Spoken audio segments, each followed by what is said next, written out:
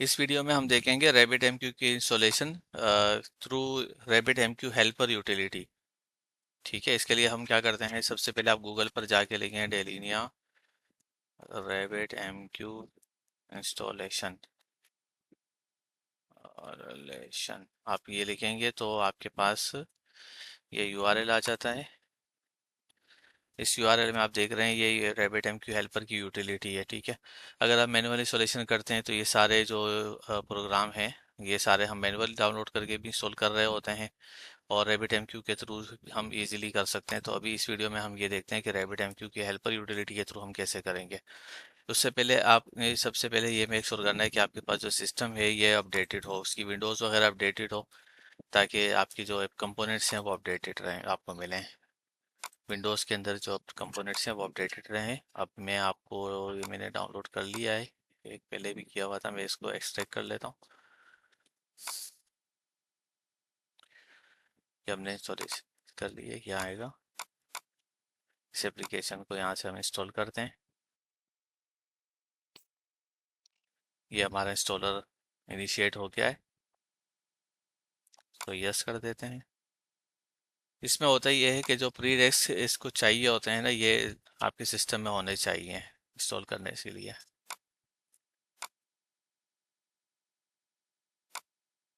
ये .NET hosting जो है ये डाउनलोड कर रहा है अपने पास। अगर मैं अपने पास फोल्डर पर आके देखता हूँ तो फाइल्स, यहाँ एक फोल्डर क्रिएट होता है। RabbitMQ जब अपनी इंस्टॉलेशन कंप्लीट करता है तो यहाँ पर हेल्पर जो अपने पास इंस्टॉलेशन अपनी कंप्लीट करता है RabbitMQ हेल्पर, तो यहाँ पर एक फोल्डर आएगा ताइकोटिक के नाम से, ताइकोटिक या डेलिनिया के नाम से।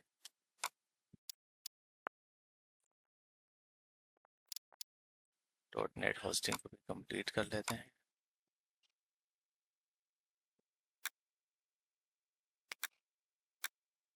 .NET होस्टिंग यहाँ पर मेंशन भी है।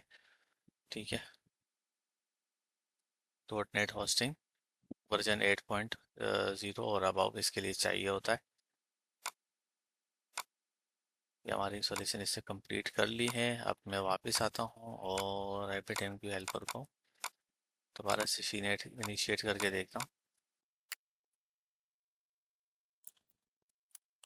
अच्छा, अब ये पावर शेल की यूटिलिटी डाउनलोड कर रहा है।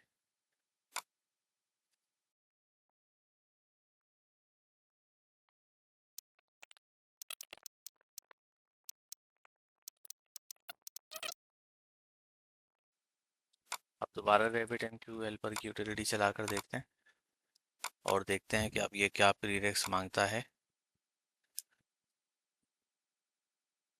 अच्छा, अब ये कह रहा है .NET फ्रेमवर्क के बारे में।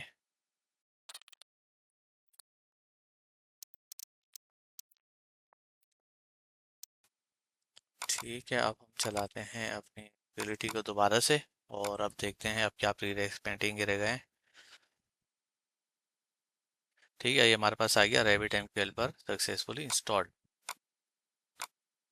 अब हम आते हैं C ड्राइव में, प्रोग्राम फाइल्स में, और यहाँ क्या हमें नज़र आ रहा है डेलिनिया सॉफ्टवेयर लिमिटेड। इसके अंदर आप आओगे, ये मिलेगा आपको RabbitMQ की हेल्पर की एप्लीकेशन। इसको हम चला देते हैं रन एज एडमिनिस्ट्रेटर के तौर पर। जब अब इसे हम रन एज एडमिनिस्ट्रेटर के तौर पर चलाते हैं तो यहाँ हमारे पास इसकी एक कमांड लाइन खुल जाती है। इसमें बहुत सारी कमांड्स हैं। अभी जो हमें चाहिए वो, क्योंकि अभी हम इंस्टॉलेशन कर रहे हैं, तो हमें इसमें एक होगा इंस्टॉल कनेक्टर करके। इंस्टॉल कनेक्टर, कुछ गलत हो गया है। अच्छा, अब हमने यहाँ पर इंस्टॉल कनेक्टर की कमांड लगाई है तो ये अब हमसे पूछ रहा है क्रेडेंशियल। क्रेडेंशियल जो है वो हमें मिलेंगे जो हमारा वेब नोड होता है, वहाँ पर हम जाएंगे। ये आएंगे सीक्रेट सर्वर में, सेटिंग्स में, डिस्ट्रीब्यूटेड इंजन में। डिस्ट्रीब्यूटेड इंजन के बाद यहाँ पे साइट्स में, ये हमारा साइट कनेक्टर का है, इसके व्यू का क्रेडेंशियल। ये यूज़र नेम हम यहाँ से कॉपी करेंगे और इसे हम अपने सर्वर पर, जहाँ अभी हम RabbitMQ इंस्टॉल कर रहे हैं, वहाँ इसे हम पेस्ट कर देंगे और एंटर कर देंगे। ये हो गए हैं। अब ये हमसे जो है पूछ रहे हैं कि भाई इसका पासवर्ड क्या है। ठीक है भाई, इसका पासवर्ड भी आपको बता देते हैं। पासवर्ड जो है वो भी हम यहीं से लेंगे।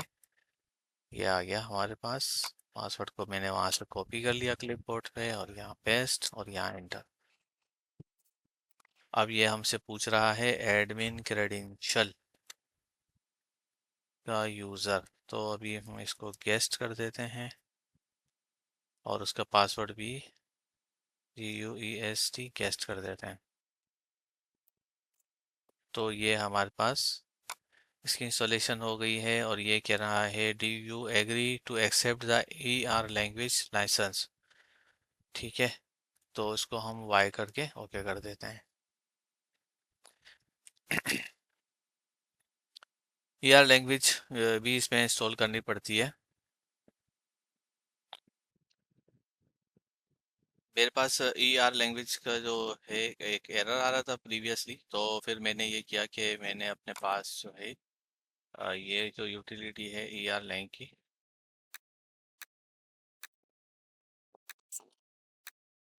OTP Win32 कहलाता है ये। ठीक है, और ये मैंने अपने पास जो है दोबारा डाउनलोड करके इंस्टॉलेशन कर ली है।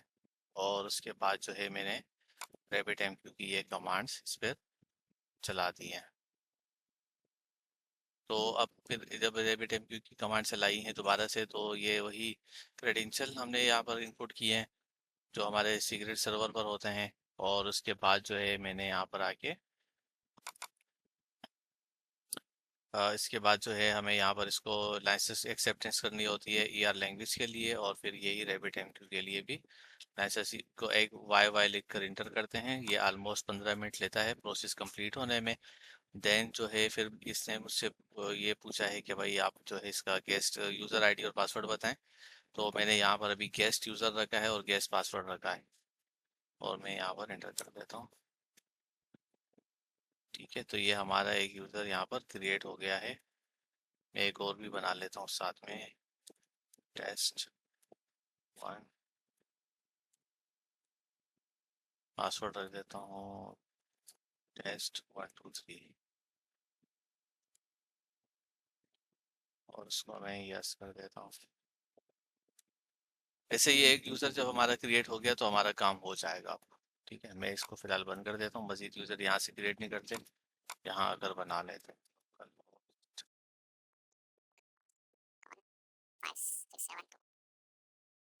ये हमारा RabbitMQ इंस्टॉल हो गया है। नेक्स्ट, गेस्ट के यूज़र से मैं आ गया उसमें। सेव कर लेता हूँ, कोई इशू नहीं है। तो ये हमारे पास RabbitMQ जो है, RabbitMQ हेल्पर के थ्रू इंस्टॉलेशन अभी मैंने आपको डेमोस्ट्रेट कर दी है।